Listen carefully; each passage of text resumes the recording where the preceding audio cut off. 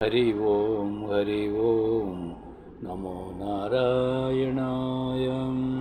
हरि ओम तत्सत्। हरि ओम तत्सत्। హిందూ సత్ప్రియ బాంధవులారా, భగవద్గీత చదువులారా, మీకందరికీ నా హృదయపూర్వక నమస్కారములు. మనము నిన్నటి వరకు భగవద్గీత 18వ అధ్యాయము ఆఖరి అధ్యాయము మోక్ష సన్యాస యోగములో 4వ శ్లోకం వరకు చెప్పుకొని ఉన్నాము. నేడు 5వ శ్లోకం నుండి చెప్పుకుందాము. భగవంతుడు 4వ శ్లోకములో ఏమి చెప్పారు? భగవంతుడు అంతకుముందు పండితులు, మహానుభావులు, ఆచార్యులు ఉన్నారు. వారు వారి అభిప్రాయాలు రకరకాలుగా చెప్పారు. ఏది త్యాగము గురించి, సన్యాసము గురించి. ఇప్పుడు నేను నా అభిప్రాయాన్ని చెప్తున్నాను అని 4వ శ్లోకములో భగవంతుడు ఏమి చెప్పారు? ఓ భరతకుల శ్రేష్ఠ, ఈ త్యాగ విషయములో, అంటే ఈ త్యాగం అనే విషయంలో నా నిర్ణయాన్ని వినుము అని. మానవుల నైజాన్ని బట్టి ఈ త్యాగం కూడా తామస గుణము, రజోగుణము, సత్వత్యాగము, అంటే తామస త్యాగము, రాజస త్యాగము, సత్వత్యాగము అనే 3 విధాలుగా విభజింపబడింది అని చెప్పారు.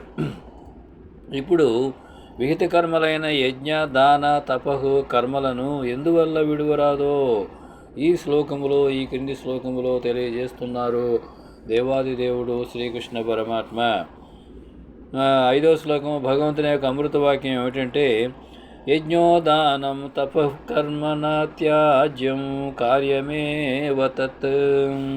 యజ్ఞోదానం తపశ్చైవ పావనాని మనీషిణాం అనేది భగవంతుడి యొక్క దివ్యవాక్యము. దీనికి తాత్పర్యం ఏమిటంటే, ఆత్మ సమక్షంలోనే కర్మ జరుగుతున్నదన్న దివ్య భావనతో చేయు విహిత కర్మలైన యజ్ఞం, దానం, తపస్సులను వదిలిపెట్టరాదు. అవి తప్పక చేయవలసినవే. ఏలననగా అవి మానవులలో వివేకాన్ని పెంచి వారి యొక్క అంతఃకరణలను పరిశుద్ధం చేస్తాయి. అందుచేత అవి అవశ్యం ఆచరణీయమేనని పరమాత్మ అభిప్రాయము. పరమాత్మ అభిప్రాయమే చిట్ట చివరిది, కడపటిది. ఎందుకంటే వేదాలన్నీ కూడా భగవంతుడు అయినటువంటి నారాయణుడు, శ్రీకృష్ణుడు, మహావిష్ణువు, శ్రీరామచంద్రుడు నిర్దేశించిన చట్టాలు లాంటివి. ఆ చట్టాలని నిర్దేశించినటువంటి భగవంతుడు చెప్పినటువంటి ఈ వాక్యము చిట్ట చివరిది, అదే తుది నిర్ణయము అయినది అని మనం అర్థం చేసుకోవాలి. దీనికి వ్యాఖ్య ఏమిటంటే, బుద్ధిలో అవివేక వాసనల బురద ఉన్నంతకాలము మనిషి పవిత్రంగా ఉండలేడు. అది యథార్థమే కదా. ఆ బురదను తొలగించడం కొరకు ఆత్మ సమక్షంలోనే కర్మ జరుగుతున్నదన్న దివ్య భావనతో చేసే విహిత కర్మలైన యజ్ఞ, దాన, తపస్సులను ఆధ్యాత్మ శాస్త్రం విధించింది. ఇవి తప్పక చేయవలసినవే. స్వార్థం తగ్గించుకొని 10 మందికి ఉపయోగపడే విహిత కర్మలు పై దివ్య భావంతో చేస్తే అవి యజ్ఞాలవుతాయి. అలాగాక స్వార్థంతో చేసే కర్మలు యజ్ఞమనబడదు కదా.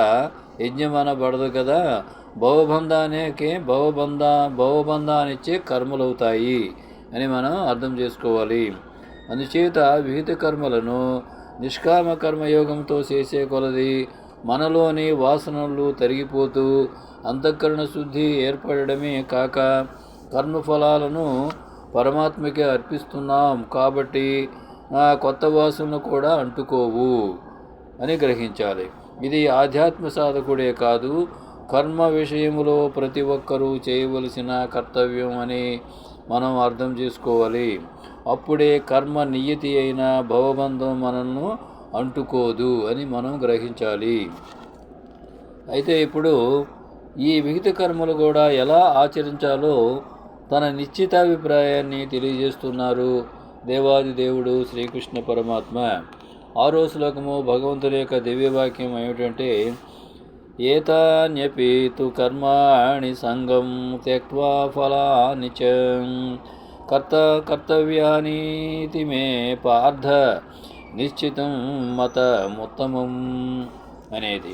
దీనికి తాత్పర్యం ఏమిటంటే, ఓ అర్జున, ఈ విహిత కర్మలు అంటే పైన చెప్పబడిన విహిత కర్మలు కూడా కర్మనాదనే సంఘభావాన్ని, కర్మఫలాన్ని ఆశించక, ఇది నా కర్తవ్యమనే భావనతో, ఇది నా కర్తవ్యం అనేటువంటి భావనతో కర్మ చేయడమే ఉత్తమమైన పద్ధతి అని నా నిశ్చితాభిప్రాయము అని భగవంతుడు చెప్పారు.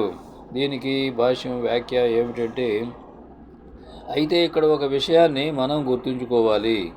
అహంకర్త కర్మనాది అనేది సదా కర్మలతో సంఘాన్ని, కర్మఫలాలపై కోరికలను పెట్టుకుంటుంది. కావున అహంకారంతో కర్మనాదనే స్వార్థానికి కాస్త కూడా అవకాశం ఇవ్వకుండా కర్తవ్యభావంతో విహిత కర్మలు చేసేటప్పుడు కర్మపై సంఘాన్ని, కర్మఫలం కావాలనే కోరికను విధిగా విడిచిపెట్టాలి. ఇక్కడ నిష్కామ కర్మయోగాన్ని పాటించమని పరమాత్మ ఆదేశం ఇస్తున్నాడు. ఆత్మజ్ఞాన విషయములో లోగడ శ్రద్ధ, భక్తి, ధ్యాన, యోగాదులను అభ్యసించాలని ఆదేశించారు. వాటిని గూర్చి మరొకసారి సంక్షిప్తంగా తెలుసుకుందాము. శ్రద్ధ అనగా విశ్వాసం, భక్తి అనగా ఆత్మానుసంధానం, ధ్యానం అనగా ఆత్మానుసంధానమందు నిరంతర ధ్యేయాకార వృత్తితో ప్రవాహ రూప చింతన అని అర్థం చేసుకోవాలి. యోగం అంటే ఏంటి? యోగం అనగా సదా ఆత్మభావన, అనాత్మ వస్తువులపైకి మనస్సు వెళ్లకుండా నిరోధించి సదా ఆత్మానుసంధానంలో ఉండి విహిత కర్మలను అంటే నిత్య దైనందిన ధర్మయుక్త కర్మలను నిష్కామ కర్మయోగాన్ని అనుసరించి కర్తవ్యాన్ని చక్కగా నిర్వహించాలి అనేది ఇక్కడ భగవంతుని యొక్క ఆదేశము. వేదాల పూర్వ మీమాంసలోని కర్మకాండ విభాగంలో విహిత కర్మలన్నీ కామ్యకర్మలని కర్మలను గూర్చి వివరించారు. విహిత కర్మలని కామ్యకర్మలని వివరించారు. మొదటివి అంటే విహిత కర్మలు ప్రారబ్ధబద్ధమైనవి. ఈ ప్రారబ్ధ కర్మ నాదనే భావన లేకుండా కర్మఫలం ఆశించకుండా చేయవలసినవి. రెండోవి అంటే కామ్యకర్మలు. రెండోవి ప్రాపంచిక వ్యామోహంతో చేసేవి. కామ్యకర్మలు అనేవి ప్రాపంచిక వ్యామోహంతో చేసేవి అని మనం గ్రహించాలి. ఈ రెండో రకం కర్మలను విధిగా సన్యసించాలని పరమాత్మ యొక్క ఆదేశం. వీటిని సన్యసించాలి అంటే విడిచిపెట్టాలి అనేటువంటిది పరమాత్మ యొక్క ఆదేశం. ఇక త్యాగ విషయంలో వారి గుణాలను బట్టి, వారి గుణాలు ఏమి గుణాలు? సత్వగుణము, రజోగుణము, తమో గుణము అనేటువంటి గుణాలను బట్టి త్యాగం కూడా 3 రకాలుగా ఉంటాయని తెలియజేస్తూ ముందుగా తామస త్యాగాన్ని గురించి తెలియజేస్తున్నారు దేవాదిదేవుడు శ్రీకృష్ణ పరమాత్మ.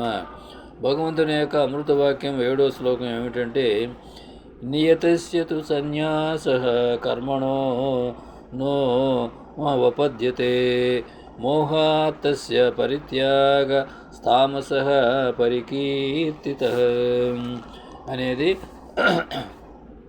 భగవంతుని యొక్క దివ్యవాక్యము. దీనికి తాత్పర్యం ఏమిటంటే, నిత్యము విధిగా మనము ఉదయం లేచిన దగ్గర నుంచి రాత్రి పడుండిపోయే వరకు కూడా నిత్యము మన విధి ప్రకారం చేయవలసిన విహిత కర్మలైన ధర్మబద్ధమైన పనులైన యజ్ఞ, దాన, తపస్సులను ఎంత మాత్రం విడిచిపెట్టరాదు. అయినా శరీర భ్రాంతి వల్ల, అసత్యం వల్ల విహిత కర్మలను, అలసత్వం వల్ల విహిత కర్మలను, కర్తవ్యాలను త్యజించడం తామస త్యాగమని చెప్పబడుతున్నది అనేది తాత్పర్యము. దీనికి భాష్యం ఏమిటంటే, ఇట్టి తామస త్యాగం వల్ల భవబంధమే కానీ ఏ ఫలితము లేదు అని భగవంతుడు చెప్పిన దానికి అర్థము. పైగా తామస త్యాగం వల్ల కారణ శరీరములోనివే గాక ప్రస్తుత ఉపాధిలో అంటే ప్రస్తుతం ఉన్నటువంటి మన శరీరంలో ఉన్న ప్రారబ్ధ వాసనలు కూడా ఖర్చుగావు. అంతేగాక కర్మ చేయని దోషం కూడా అంటుకుంటుంది. అందుచేత మానవుడు సదా కర్మబంధంలోనే ఉండిపోతాడు. కావున పరమాత్మ ముందుగా తామస తామస త్యాగాన్ని వివరించి, అట్టి తామస త్యాగం ఏనాడు ఏ విధంగానూ మానవుడికి మంచిది కాదని హెచ్చరిస్తున్నారు. తరువాత ఇక రాజసిక త్యాగమును గురించి తెలియజేస్తున్నారు దేవాది దేవుడు శ్రీకృష్ణ పరమాత్మ. 8వ శ్లోకం ఏంటంటే, దుఃఖమిత్యేవ యత్కర్మ కాయక్లేశ భయాత్యజేత్ సకృత్వా రాజసం త్యాగం నైవ త్యాగఫలం లభేత్.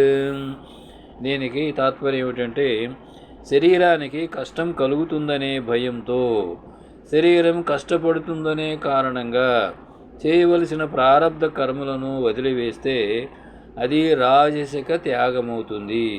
ఇలాంటి కర్మఫల త్యాగం వల్ల వాసనాక్షయం లభించదు, కావున భవబంధహేతు అవుతుంది అనేది తాత్పర్యము.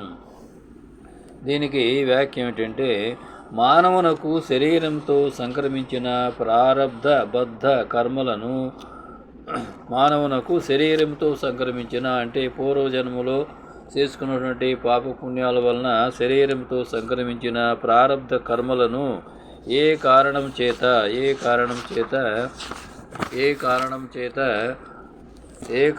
చేత కూడా వదలరాదు అని చెప్తున్నారు. కష్టము శరీరానిది, బాధ మనస్సుది. కష్టము శరీరానికి ఉంటుంది, బాధ ఏమో మనస్సుకు ఉంటుంది.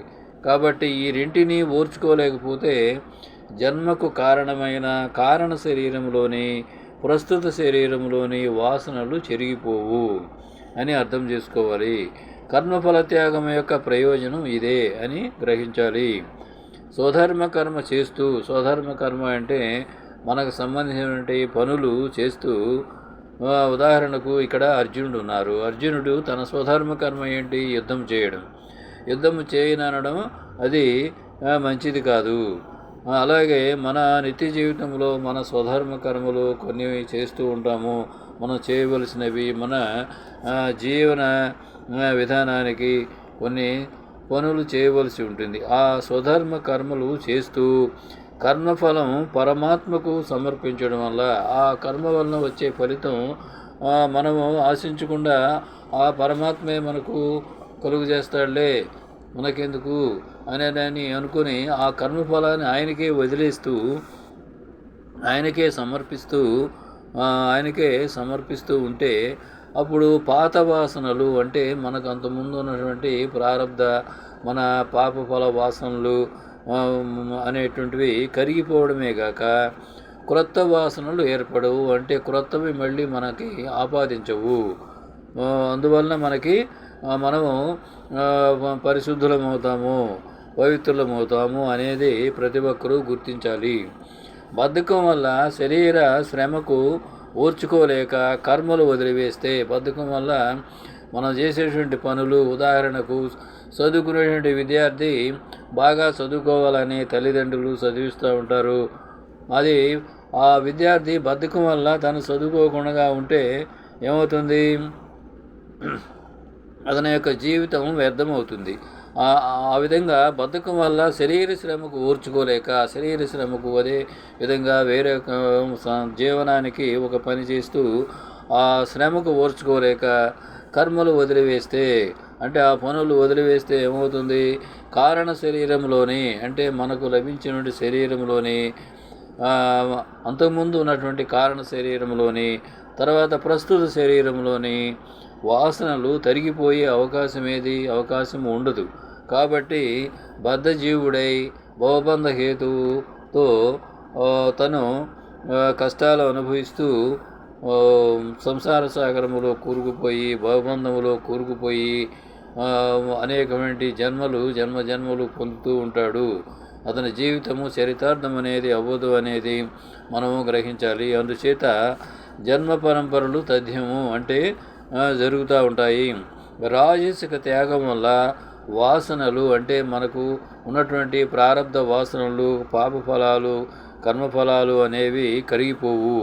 కనుకనే నిష్కామ కర్మయోగ సాధన చేస్తూ, నిష్కామ కర్మయోగ సాధన అంటే మనం చేసినటువంటి పనులు భగవంతునికే అర్పిస్తూ కర్మఫలాలు పరమాత్మకే అర్పించడమనే ఆదేశంలోని సూక్ష్మాన్ని సాధకులు గ్రహించవలసి ఉంటుంది.